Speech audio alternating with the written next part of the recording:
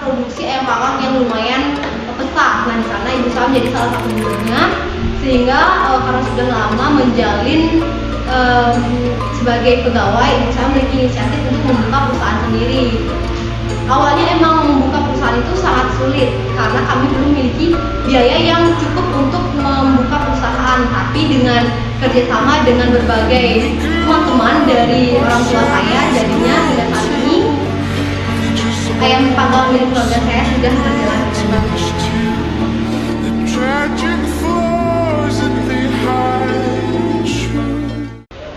Om Swastiastu, perkenalkan nama saya Nina Hinjani. Saya adalah seorang anak dari pengusaha ayam panggang. Orang tua saya bernama Bapak Wayan Sumerte, dan ibu saya bernama Ibu Rina.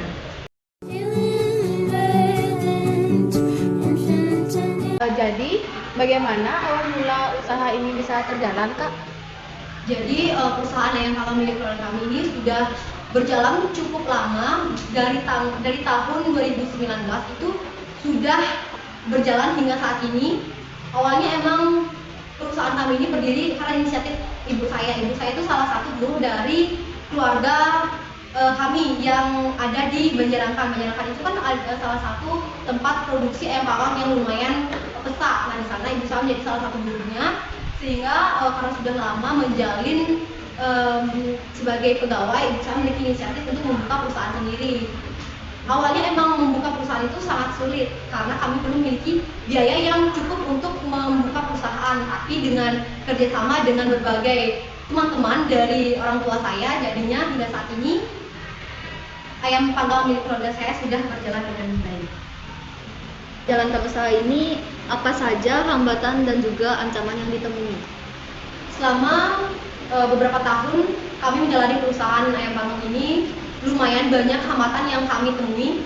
Yang pertama itu dari harga pasar yang dimana itu setiap harinya mengalami kenaikan dan penurunan harga bahan pokok pembuatan dari ayam panggang ini, terutama dari segi ayamnya sendiri. Kadang harga itu naik turun, itu yang tidak bisa kami prediksi, sehingga harga ayam panggang pun juga akan menyesuaikan naik turunnya. Nah, ini yang menjadi pemicu di mana banyak sekali orang-orang yang ingin membeli dan menawar dengan harga yang terlalu turun. Itu menjadi hambatan kami. Yang kedua itu kondisi cuaca yang tidak menentu juga bisa menjadi pemicu, karena setiap kami memanggang yang awalnya cuman dalam 1 jam kami mampu memproduksi beberapa ayam menjadi lebih lama, karena kondisi yang dingin membuat api yang memanggang ayam itu suhunya lebih turun lagi, sehingga dalam 1 jam lebih baru kami bisa mampu menghasilkan beberapa ayam panggang yang sudah jadi.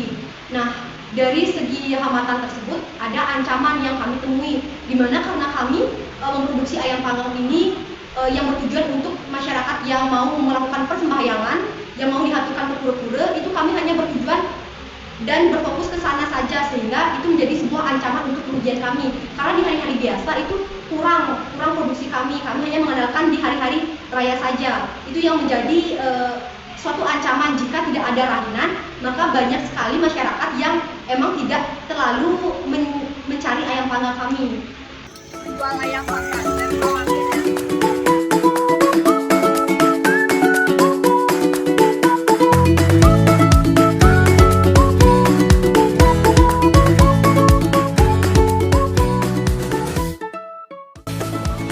Pada proses pemanggangan ayam, hal yang pertama dilakukan yaitu penyembelihan ayam. Setelah ayam disembelih, ayam itu akan direbus ke air hangat selama beberapa detik, baru dimasukkan ke dalam mesin blender ayam.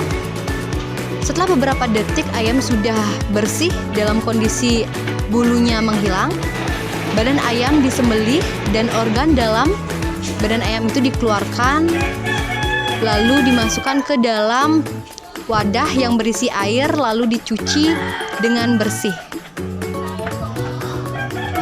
Setelah ayam bersih, ayam ditusuk dengan tusukan sate agar nanti saat dipanggang mudah dan matang merata.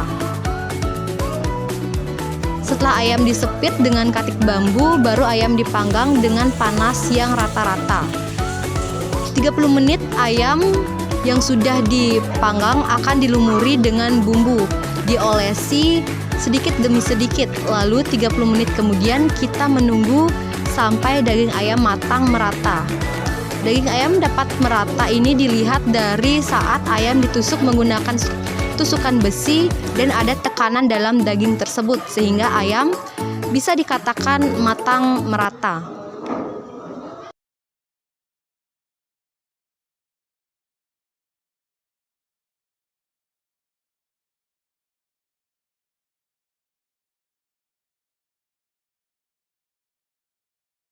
Lalu apa saja kelemahan dari usaha yang dijalani ini? Suatu perusahaan pasti memiliki kelemahan dari perusahaan yang panggang milik keluarga saya ini terletak di produksinya. Karena biasanya kalau semisal ada hari raya besar, keluarga saya tidak mampu produksi terlalu banyak pasokan ayam karena kurangnya tenaga kerja. Keluarga saya tidak memiliki tenaga kerja yang lebih karena kami mengandalkan orang-orang di rumah saja. Itu yang membuat kami kewalahan saat hari raya. Maksimal kami bisa memproduksi 300 ekor dalam satu hari. Itu sudah maksimal. Dari pagi sampai malam kami memanggang ayam dan produksinya hingga besoknya bisa terjual. Kenapa kami tidak bisa mencari tenaga kerja? Karena pertama, tidak memungkinkan untuk kami membayar tenaga kerja. Karena kami kan memiliki beberapa mesin yang membutuhkan tenaga listrik yang tinggi, jadinya itu sudah menjadi pemicu banyaknya pengeluaran di sana. Itu sudah menjadi pengeluaran kami yang tinggi, jadinya kalau misal kami mencari tenaga kerja lagi dengan mesin-mesin yang membutuhkan tenaga listrik dan uang yang lumayan banyak, jadinya tidak memungkinkan untuk kami mencari tenaga kerja sehingga kami hanya mengandalkan orang-orang rumah saja. Apakah usaha ini memiliki peluang untuk menjadi usaha yang lebih besar ke depannya? Tentu saja perusahaan ini memiliki peluang yang lebih besar ke depannya untuk berkembang karena seperti yang kita ketahui, masyarakat Bali itu banyak sekali yang menghanturkan Banten itu ayam panggang. Ayam panggang ini sebagai sarana pelengkap dari hanturan mereka. Jadi di setiap hari raya besar, apalagi kita orang Bali ini memiliki hari raya yang banyak, jadi ini memiliki peluang yang lebih besar kalau kita kembangkan. Sekarang dengan kemajuan teknologi, kita juga bisa menjadikan itu sebagai peluang kita untuk memasarkan di berbagai media sosial agar lebih dikenal dan lebih diminati untuk dibeli. Itu menjadi salah satu peluang penting dalam perusahaan kami ke depannya sehingga menjadi lebih besar lagi kalau dimanfaatkan dengan bijak. Bagaimana usaha yang dijalani ini dapat memberikan motivasi kepada generasi muda saat ini? Selama saya sudah bertahun membantu orang tua saya langsung terjun ke dunia usaha, ini sangat memotivasi saya dalam kehidupan, terutama bagi kalian yang generasi muda saat ini yang ingin memiliki soft skill lebih di dunia pekerjaan. Karena suatu pekerjaan kecil yang kita lakukan sekarang itu akan berdampak bagi kehidupan kita ke depannya di dalam dunia pekerjaan. Selain menambah uang saku juga, kalian juga bakalan mendapatkan ilmu-ilmu untuk berbisnis. Nah, di sini kami juga sebenarnya kalau kalian ingin nih melakukan reseller, buat kalian yang ingin melakukan pekerjaan kecil, itu bisa reseller di keluarga saya. Kalian ambil beberapa ayam, terus kalian jual sendiri. Nah, harga pokok asli dari ayam tersebut bisa kalian kembalikan ke kami, dan sisa dari harga yang kalian jualkan ke penjual lain itu bisa kalian saving sendiri. Itu bisa jadi uang tambahan bagi kalian seorang pelajar. Jadi buat kalian nih yang ingin, yuk join. Hai, sudahi dulu mendengar pemotivator berbicara. Ayo pilah dulu bersama Mimin. Tanpa sadar kita sudah semakin jauh, tanpa menyadari hal yang tertinggal. Bagian dari video yang kalian simak tadi terdapat informasi yang belum kami cantumkan.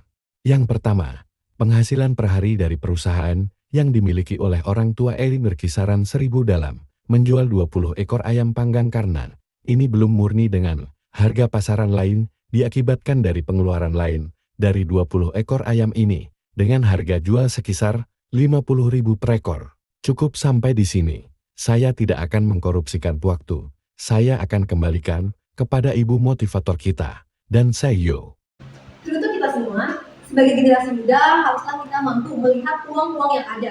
Karena setiap pekerjaan yang mampu kita ambil dari sejak dini itu mampu akan memberikan dampak yang positif ke depannya.